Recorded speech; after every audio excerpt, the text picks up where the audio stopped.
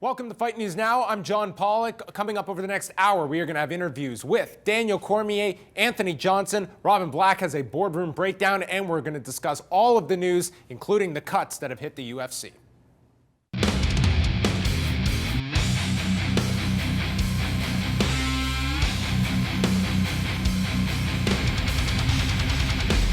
John Pollock here alongside John Rambine and Robin Black. We have a lot to discuss today. It's been a tumultuous week for the UFC. Significant cuts, estimated around 15% of their workforce from across the world. And that has hit their offices in Asia, Las Vegas, and just on Wednesday, the Canadian office, which apparently 80% of which have been let go.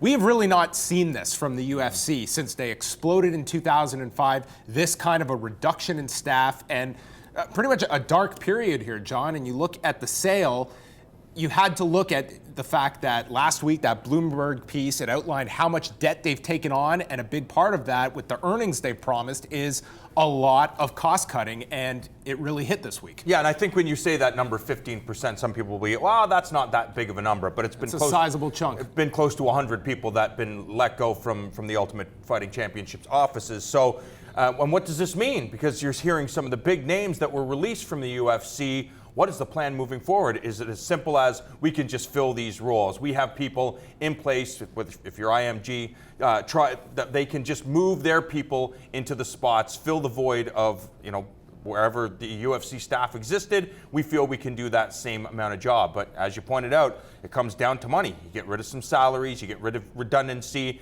and on top of that, if you are trying to meet expectations of the new company, that's why you can't pay George St. Pierre a $10 million purse, because you have to recoup all of your losses. $4 billion is a lot of money. Yeah, business is a weird thing, man. And the art of war applies to your fighting, and it applies to businesses and the way they approach things too.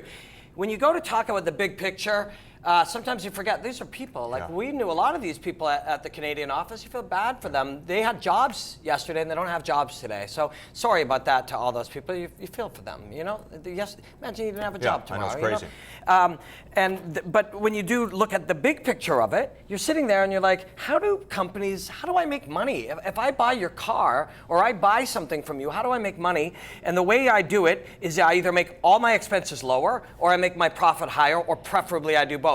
That's what these guys are doing. A whole bunch of people nobody knew came in from somewhere else and they bought something and they did the most basic thing you do. You go, how do I make this cost less and make me more money? And this is what happens. Often it's real human beings lose real jobs. And I mean, to put it in perspective with some of these numbers, I mean, with all the debt that it took place to make this $4 billion purchase. I mean, WME-IMG had to borrow in order to complete that $4 billion.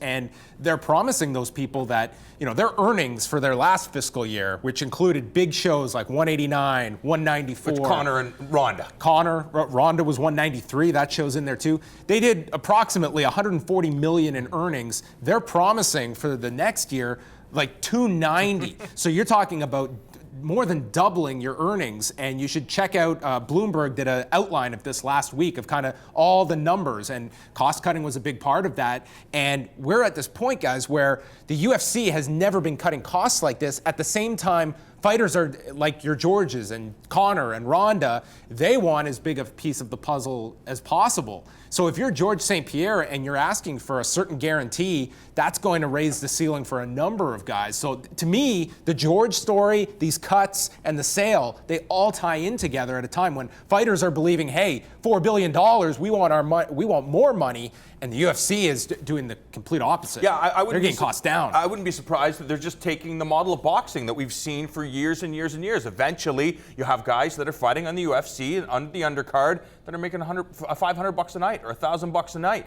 You're saving your big paydays, the $10 million. It could also, John, be less shows. That's as true. We move forward, but if and fighters that get cut. Yeah, but if you're promising investors $200+ million, you have to have shows and you have to have stars, and that's why that money will be reserved for the Conor McGregors, the Ronda Rouseys, the George St. Pierres, and the Brock Lesnars of the world. And the bulk of your fighters on your roster, the 400 and some odd fighters that are on your roster, are not even going to come close to making that amount of money. Right now, it seems like, oh, this is the promised land. Let's get back into the game, because there seems to be more money than there ever has been, but it's going to be reserved for the special athletes that sell pay-per-views and that put people in the seats. That's the reality. When I started to really study fighting before I fought and just, beyond that of just being a fan, I never thought, and you hope one day you get to talk about it. Like, I worked in television, maybe I get to talk about it with my friends.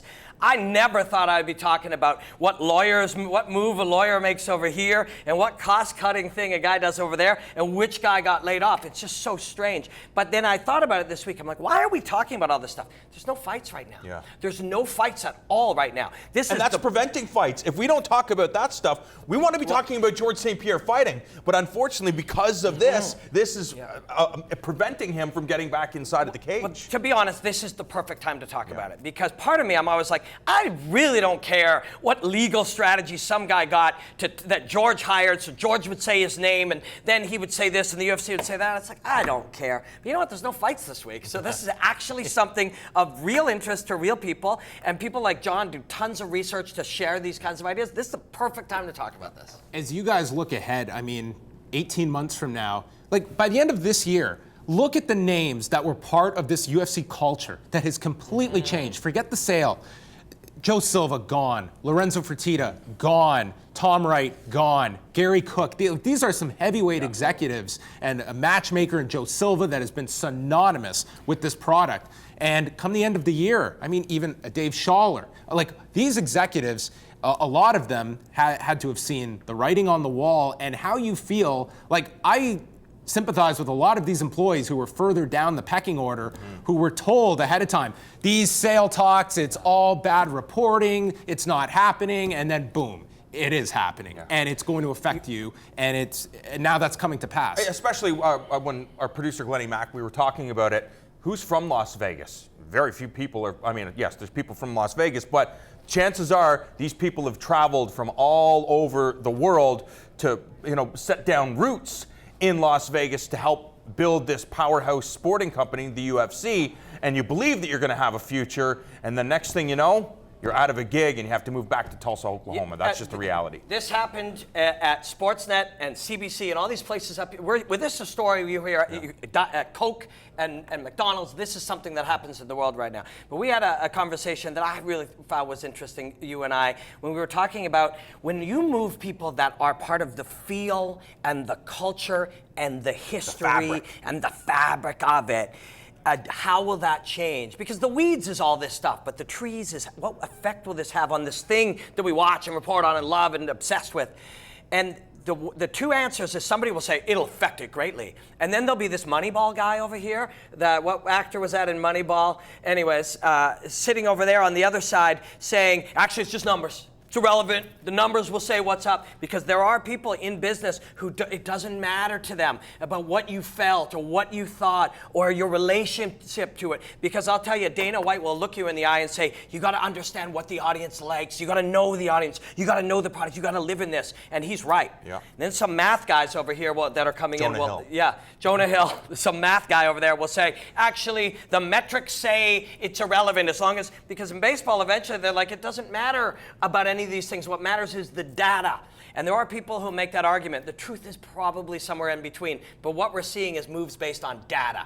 Like smart guys looking at numbers and spreadsheets and saying, don't need him, don't need them, don't need that. And that's what's the scary stuff about business. And I think that's, sometimes for people that don't follow the business side of this, it's very hard to understand it, because you see mass cuts like this when a company is in decline. Yeah. The UFC is not in decline. Yeah. By the end of this year, they will probably have their most successful year ever on pay-per-view once 205 occurs, 207 occurs. This is going to be a gigantic year for the UFC, but this sale was so big that you knew that there was going to be cost cutting as a result of it, and it's unfortunate because it's a lot of people that are now out of a job at a time that this thing is by no means in this decline, that they have hit these lows. It's quite the opposite this year. These days, man, put Shark Tank on or one of these TV shows. Nobody's sitting there going, I'd like to buy a $4 billion thing and hope it makes me a few $100 million a year. They want to buy a $4 billion thing and figure out how to make it $40 billion. That's the nature of sort of the mutant thing that capitalism is. And that's the way that these people who do it, they're all people different than us. They're millionaires sitting at tables figuring out how to just move zeros around. It's a strange thing. We normally don't see this in whatever business you're in, but everybody's business eventually comes across it. All right, that is going to wrap it up for us. On tomorrow's show, we're going to chat more about the Bellator card. They're going to discuss more fights. But right now, more Fight News Now is coming your way.